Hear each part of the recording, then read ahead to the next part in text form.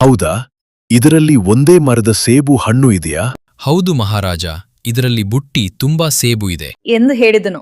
ಮಹಾರಾಜ ಆ ಬುಟ್ಟಿಯನ್ನ ತೆಗೆದು ನೋಡಿದಾಗ ಆ ಬುಟ್ಟಿ ತುಂಬ ಬರೀ ಚೇಳೆ ಇತ್ತು.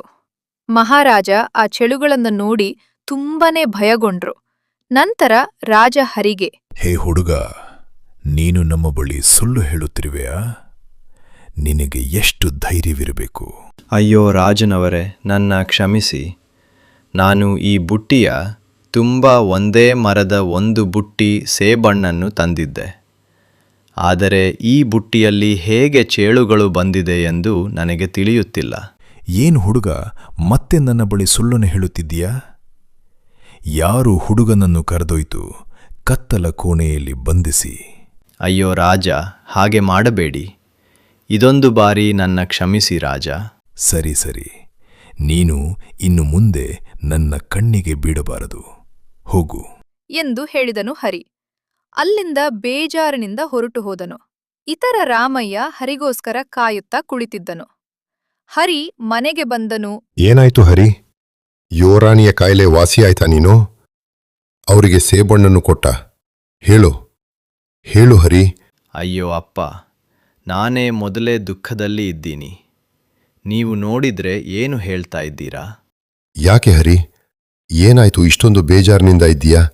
ಏನಾಯ್ತು ಹೇಳು ಎಂದು ಕೇಳಿದನು. ಅವಾಗ ಹರಿ ನಡೆದ ಎಲ್ಲ ವಿಷಯವನ್ನ ತಿಳಿಸಿದನು. ಅದನ್ನು ಕೇಳಿ ರಾಮಯ್ಯ ಹೋಗ್ಲಿ ಬಿಡು ಹರಿ, ಬೇಜಾರು ಮಾಡಿಕೊಳ್ಳಬೇಡ. ಎಂದು ಹೇಳಿದನು. ಮತ್ತೆ ಮರುದಿನ ರಾಮಯ್ಯ ತನ್ನ ಎರಡನೇ ಮಗನಾದ ರವಿ ಬಳಿ ಒಂದು ಬುಟ್ಟಿಯ ತುಂಬ ಸೇಬನ್ನು ಕೊಟ್ಟು ಕಳಿಸಿದರು. ರವಿ ದಾರಿಯಲ್ಲಿ ಹೋಗುವಾಗ ಅದೇ ಮುದುಕ ಅವನಿಗೂ ಕೂಡ ಎದುರಾದನು. ಏನಪ್ಪ, ನನಗೆ ಕುಡಿಯೋದಕ್ಕೆ ಸ್ವಲ್ಪ ನೀರಾದ್ರೂ ಕೊಡು. ಹೇ ಮುದುಕ, ನನ್ನ ಬಳಿ ಯಾವುದೇ ನೀರು ಗೀರೂ ಇಲ್ಲ, ದಾರಿ ಬಿಡು. ಅಯ್ಯೋ ಹುಡುಗ, ನನಗೆ ತುಂಬ ಹೊಟ್ಟೆ ಹಸ್ತಾ ಇದೆ, ತಿನ್ನೋಕಾದ್ರೆ ಏನಾದ್ರೂ ಕೊಡು. ಹೇ ಮುದುಕ, ನಿನಗೆ ಒಂದು ಸಾರಿ ಹೇಳಿದ್ದು ಅರ್ಥ ಆಗಲಿಲ್ಲವಾ? ದಾರಿ ಬಿಡು. ನಾನು ಮುಖ್ಯವಾದ ಕೆಲಸದ ಮೇಲೆ ಹೋಗುತ್ತಿರುವ. ಸರಿ ಸರಿ, ಹೋಗ್ತಿದ್ಯಾ? ಈ ಬುಟ್ಲಿ ಏನಿದೆ ಅಂತ ಹೇಳ್ಬಿಟ್ಟಾದ್ರೂ ಹೋಗು. ಇದರಲ್ಲಿ ಬುಟ್ಟಿ ತುಂಬ ಹಾವಿದೆ.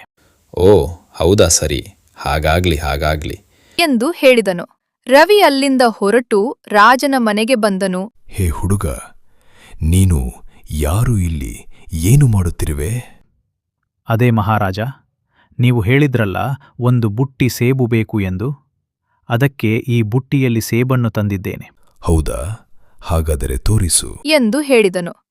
ರಾಜ ಆ ಬುಟ್ಟಿಯನ್ನು ತೆಗೆದು ನೋಡಿದನು. ಆ ಬುಟ್ಟಿಯ ತುಂಬ ಹಾವುಗಳು ನೋಡಿ ರಾಜ ಮತ್ತು ಅಲ್ಲಿದ್ದ ರಾಜರ ಆಳುಗಳು ಭಯಗೊಂಡು ದಿಕ್ಕಪಾಲಾಗಿ ಓಡತೊಡಗಿದರು. ಸ್ವಲ್ಪ ಸಮಯ ಆದ ನಂತರ ರವಿಯನ್ನು ಹೊಡೆದು ಬಡಿದು ಅಲ್ಲಿಂದ ಆಚೆ ಹಾಕಿದನು. ರವಿ ಅಳುತ್ತಾ ಮನೆಗೆ ಬಂದನು. ರವಿ ಕಂದ ಬಂದ್ಯಾ? ನಾನು ಹೇಳಿದ ಹಾಗೆ ಮಾಡಿದ್ಯಾ? ರಾಜರು ಸಂತೋಷಪಟ್ಟರ? ಅರೆ ಅಪ್ಪ, ನೀವು ಹೇಳಿದಾಗೆ ಮಾಡಿದೆ. ಅದಕ್ಕೆ ರಾಜರು ನನ್ನನ್ನು ಹೊಡೆದು ಬೈದು ಮನೆಯಿಂದ ಆಚೆ ಹಾಕಿದ್ರು ಅಪ್ಪ. ಅದು ಏನು ಹೇಳುತ್ತಿರುವೆ ರವಿ? ರವಿ ನಡೆದ ಎಲ್ಲ ವಿಷಯವನ್ನೂ ರಾಮಯ್ಯನಿಗೆ ತಿಳಿಸಿದ. ಮತ್ತೆ ಮರುದಿನ ರಾಮಾಯತನ ಮೂರನೇ ಮಗನಾದ ಗಿರಿಯ ಕೈಯಲ್ಲಿ ಒಂದು ಬುಟ್ಟಿ ತುಂಬ ಸೇಬನ್ನು ಕೊಟ್ಟು ಕಳಿಸಿದನು. ಗಿರಿ ಅರಮನೆಗೆ ಹೋಗುವ ದಾರಿಯಲ್ಲಿ ಅದೇ ಮುದುಕ ಮತ್ತೆ ಗಿರಿಗೂ ಕೂಡ ಎದುರಾದನು. ಏನಪ್ಪ ನಿನ್ನ ಹೆಸರು? ಅದು ನನ್ನ ಹೆಸರು ಗಿರಿ, ದೊಡ್ಡವರೇ.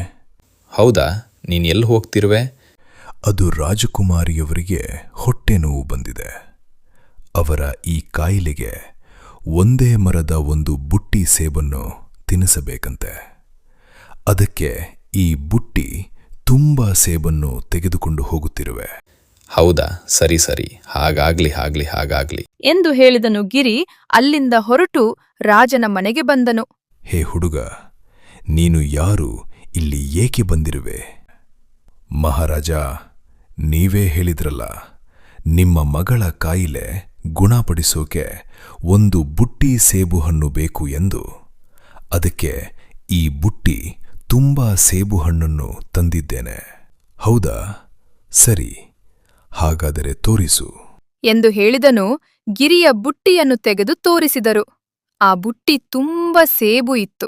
ಆ ಸೇಬನ್ನು ಯುವರಾಣಿಗೆ ತಿನ್ನಿಸಿದರು. ಯುವರಾಣಿ ಹುಷಾರಾದಳು. ನಂತರ ರಾಜಕುಮಾರ ಗಿರಿ ಬಳಿ ಬಂದು, ನೋಡು, ನೀನು ನಿನಗೆ ಏನು ಬೇಕು ಕೇಳು, ನಾನು ಕೊಡುವೆ. ಅದೇ ರಾಜ, ನೀವು ಹೇಳಿದ್ರಲ್ಲ, ನಿಮ್ಮ ಮಗಳ ಕಾಯಿಲೆ ಗುಣಪಡಿಸಿದವರಿಗೆ ನನ್ನ ಮಗಳು ಹಾಗೂ ಅರ್ಧ ರಾಜ್ಯವನ್ನು ಕೊಡುತ್ತೇನೆ ಎಂದು. ಹೌದು, ಹೇಳಿದ್ದೆ ಆದರೆ ಎಂದು ಹೇಳುತ್ತಾನೆ ರಾಜ ತನ್ನ ಮನಸ್ಸಿನಲ್ಲಿ. ಅಯ್ಯೋ ದೇವರೇ, ಇವನಿಗೆ ನನ್ನ ಮಗಗಳನ್ನು ಹೇಗೆ ಕೊಡುವುದು ನೋಡುವುದಕ್ಕೆ ಒಂದು ಚೂರು ಚೆನ್ನಾಗಿಲ್ಲ. ಇವನನ್ನು ಹೇಗಾದರೂ ಮಾಡಿ ಇಲ್ಲಿಂದ ಕಳಿಸಬೇಕು ಎಂದುಕೊಳ್ಳುತ್ತಾನೆ. ನಂತರ ರಾಜ ಗಿರಿಯ ಬಳಿ, ನೋಡಿ, ನಿನಗೆ ನನ್ನ ಮಗಳನ್ನು ಕೊಡಬೇಕಾದರೆ ಒಂದು ಷರತ್ತಿದೆ. ಆ ಷರತ್ತನ್ನು ನೀನು ಗೆದ್ದರೆ ನನ್ನ ಮಗಳು ಹಾಗೂ ಅರ್ಧ ರಾಜ್ಯ ನಿನ್ನದಾಗುತ್ತದೆ. ಏನದು ಮಹಾರಾಜ? ಹೇಳಿ, ನಾನು ಮಾಡುವೆ. ಏನಿಲ್ಲ ಗಿರಿ, ನಮ್ಮ ಆಚಾರದ ಪ್ರಕಾರ ಯಾರು ಆ ಹದ್ದಿನ ರೆಕ್ಕೆಯನ್ನು ತಂದು ಕೊಡುತ್ತಾರೋ ಅವರಿಗೆ ನನ್ನ ಮಗಳನ್ನು ಕೊಡಬೇಕು. ಇದು ನಿನ್ನ ಕೈಯಿಂದ ಆಗುತ್ತದೆಯೇ? ಮಹಾರಾಜ, ನಾನು ಆ ಹದ್ದಿನ ರೆಕ್ಕೆಯನ್ನು ತಂದುಕೊಡುವೆ ಎಂದು ಹೇಳಿದನು. ಗಿರಿ ಅಲ್ಲಿಂದ ಹೊರಟು ಹೋದನು. ಅವನು ಹೋಗುತ್ತಿರುವಾಗ ಅದೇ ಮುದುಕ ಅವನಿಗೆ ಎದುರು ಬಂದನು. ಏನಾಯ್ತಪ್ಪ? ಯಾಕೆ ಇಷ್ಟೊಂದು ಯೋಚಿಸುತ್ತಿದ್ದೀಯಾ? ಏನಾಗಬೇಕಿತ್ತು? ಅದು ಏನಿಲ್ಲ ದೊಡ್ಡವರೇ, ಆ ರಾಜ ಅವರ ಮಗಳನ್ನು ನನಗೆ ಕೊಟ್ಟು ಮದುವೆ ಮಾಡುವುದಕ್ಕೆ ಒಂದು ಷರತ್ತನ್ನು ಹಾಕಿದ್ದಾರೆ. ಅದು ಏನು? ಅದು ಹಾರಾಡುತ್ತಿರುವ ಹದ್ದಿನ ರೇಖೆಯನ್ನು ತಂದುಕೊಡಬೇಕಂತೆ. ಹೌದಾ? ಹಾಗಾದರೆ ತೆಗೆದುಕೋ. ಈ ಮಂತ್ರದಂಡವನ್ನು ಹಾರಾಡುತ್ತಿರುವ ಹದ್ದಿನ ಹತ್ತಿರ ಇಡಿ. ಆಗ ಹದ್ದು ತಲೆ ಸುತ್ತು ಬಂದು ಕೆಳಕ್ಕೆ ಬೀಳುತ್ತದೆ. ಆಗ ಆ ಹದ್ದಿನ ರೆಕ್ಕೆಯನ್ನು ತೆಗೆದುಕೊಂಡು ಹೋಗಿ ರಾಜನಿಗೆ ಕೊಡು. ಹಾಗೆ ಅವಳ ಮಗಳನ್ನು ಮದುವೆಯಾಗಿ ಖುಷಿಯಾಗಿರು. ಸರಿ ದೊಡ್ಡವರೇ, ನೀವು ಹೇಳಿದಾಗೆ ಮಾಡುತ್ತೇನೆ ಎಂದು ಹೇಳಿ ರಾಜನ ಮುಂದೆ ಬಂದನು. ಇದು ನಿನ್ನ ಕೈಯಿಂದ ಆಗುತ್ತದೆಯೇ ಎಂದು ಕೇಳಿದನು. ಅವಾಗ ಗಿರಿ ಹಾರಾಡುತ್ತಿರುವ ಹದ್ದಿಗೆ ಆ ಮಂತ್ರ ತಂಡವನ್ನು ತೋರಿಸಿದ ಹದ್ದು ಸಾಯುವ ಹಾಗೆ ಆಗಿ ಕೆಳಗೆ ಬಿದ್ದಿತ್ತು. ನಂತರ ಗಿರಿ ಆ ಹದ್ದಿನ ಪುಕ್ಕವನ್ನು ತೆಗೆದುಕೊಂಡು ಹೋಗಿ ರಾಜನಿಗೆ ಕೊಡುತ್ತಾನೆ. ಅವಾಗ ರಾಜ, ನನ್ನನ್ನು ಕ್ಷಮಿಸುವಪ್ಪ.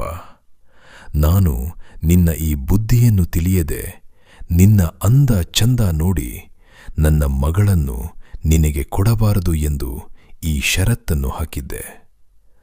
ಆದರೆ ಈ ಷರತ್ತನ್ನು ನೀನು ಗೆದ್ದಿದ್ದೀಯ. ಕ್ಷಮಿಸು ಅಪ್ಪ ನನ್ನ. ಅಯ್ಯೋ ರಾಜ, ಹಾಗೆಲ್ಲ ಹೇಳಬೇಡಿ. ಹಾಗಲ್ಲಪ್ಪ, ಇವಾಗ ನನಗೆ ಎಲ್ಲವೂ ಅರ್ಥ ಆಯಿತು. ಅಂದ ಚಂದಕ್ಕಿಂತ ಗುಣ, ಬುದ್ಧಿ ಮತ್ತೆ ಚಾತುರ್ಯತೆ ತುಂಬಾನೇ ಮುಖ್ಯ ಎಂದು ತಿಳಿಯಿತು. ನಾನು ಮಾತು ಕೊಟ್ಟ ಹಾಗೆ ನನ್ನ ಮಗಳು ಹಾಗೂ ಅರ್ಧ ರಾಜ್ಯವನ್ನು ನಿನಗೆ ಕೊಡುತ್ತಿರುವೆ ಎಂದು ಹೇಳಿದನು. ನಂತರ ಯುವರಾಣಿಯನ್ನು ಗಿರಿಗೆ ಕೊಟ್ಟು ಮದುವೆ ಮಾಡಿದರು. ಗಿರಿ ಯುವರಾಣಿಯನ್ನು ಕರೆದುಕೊಂಡು ಮನೆಗೆ ಬಂದನು. ಅವನನ್ನು ನೋಡಿ ರಾಮಯ್ಯ ತುಂಬಾನೇ ಸಂತೋಷಪಟ್ಟನು. ಅರಮನೆಯಲ್ಲಿ ವಾಸವಾಗಿದ್ದರು.